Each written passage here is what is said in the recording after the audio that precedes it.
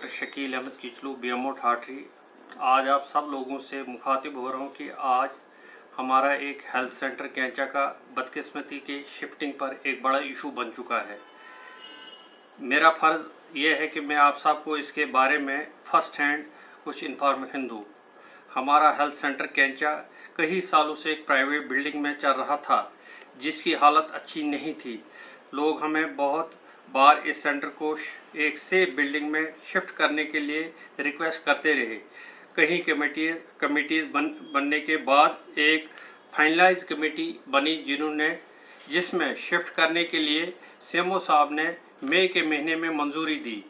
पर जब भी हमने शिफ्ट करने की कोशिश की तो ऑनरेबल एमएलए साहब ने फ़ोन करके बताया कि उस वक़्त के बीएमओ को शिफ्ट करने से मना किया। जून के महीने में एक चिट्ठी भी सीएमओ साहब को एमएलए साहब के द्वारा मिली जिसमें नंबर और डेट नहीं लगा है, लेकिन उसमें ऑनरेबल एमएलए साहब के सिग्नेचर किए हुए हैं और वो हमें सेंटर कमेटी वो शिफ्ट करने के लिए गुलाम अली के घर में शिफ्ट करने के लिए बता रहे थे। इस वजह से हम जून से अगस्त 25 तक सेंटर शिफ्ट नहीं कर पाए।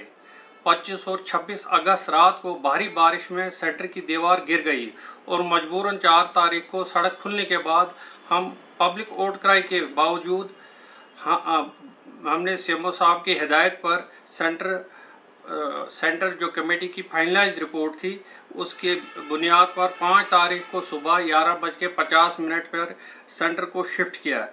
इस बारे में मैंने अपनी कंप्लायंस रिपोर्ट सीएमओ साहब के ऑफिशियल व्हाट्सएप ग्रुप पर भी शेयर कर दी थी।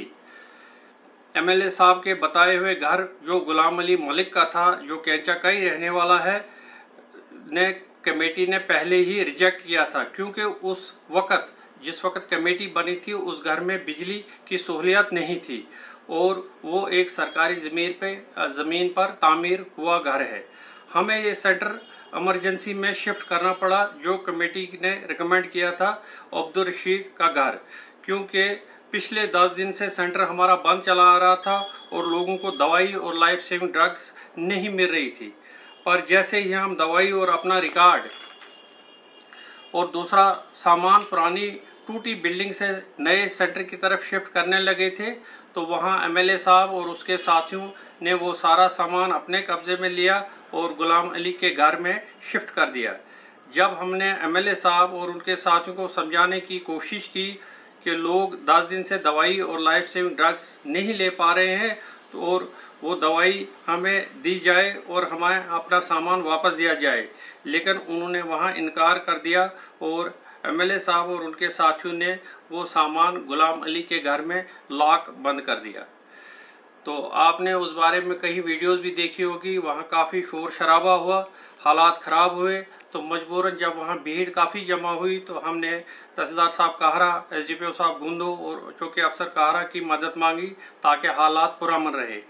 हम सीएमओ साहब डोडा से पहुँचे। हम देर रात तक मैं, सीएमओ साहब, तहसीलदार साहब, एसडीपीओ साहब और एमएलए साहब के सारे साथी वहाँ रहे। लोगों को इन दवाइयों और रिकमेंड की ज़रूरत थी, लेकिन सेंटर 10 दिन बाद जब खुला था तो उस दिन भी हम कोई काम वहाँ नहीं कर पाए तो क्योंकि लोगों ने हमारी बिल्कुल नहीं मानी, हमें कोई भी सामान वापस नहीं मिला।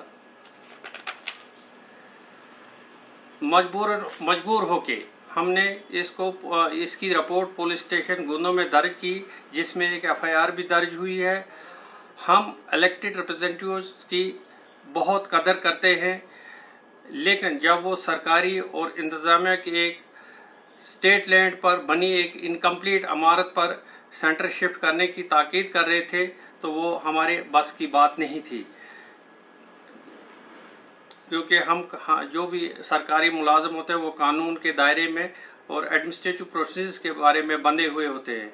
और जिस तरह हमें एमएलए साहब के कहने पे 3-4 महीने इंतज़ार किया, हम और भी कर सकते थे, मगर पुरानी बिल्डिंग बारिश में गिर गई जिसकी वजह से लोगों को काफ़ी वहाँ परेशानियाँ पड़ी। हमारा मकसद सिर्फ़ और सिर्फ आवाम की खिदमत करना है और ऐसे खासकर जब हालात रास्ते बंद हों, कंडीशन रास्तों की ठीक नहीं हो, एडवर्स कंडीशन हो, तो हमारा एक बहुत बड़ा चैलेंज था हर हेल्थ सेंटर को फंक्शनल रखना।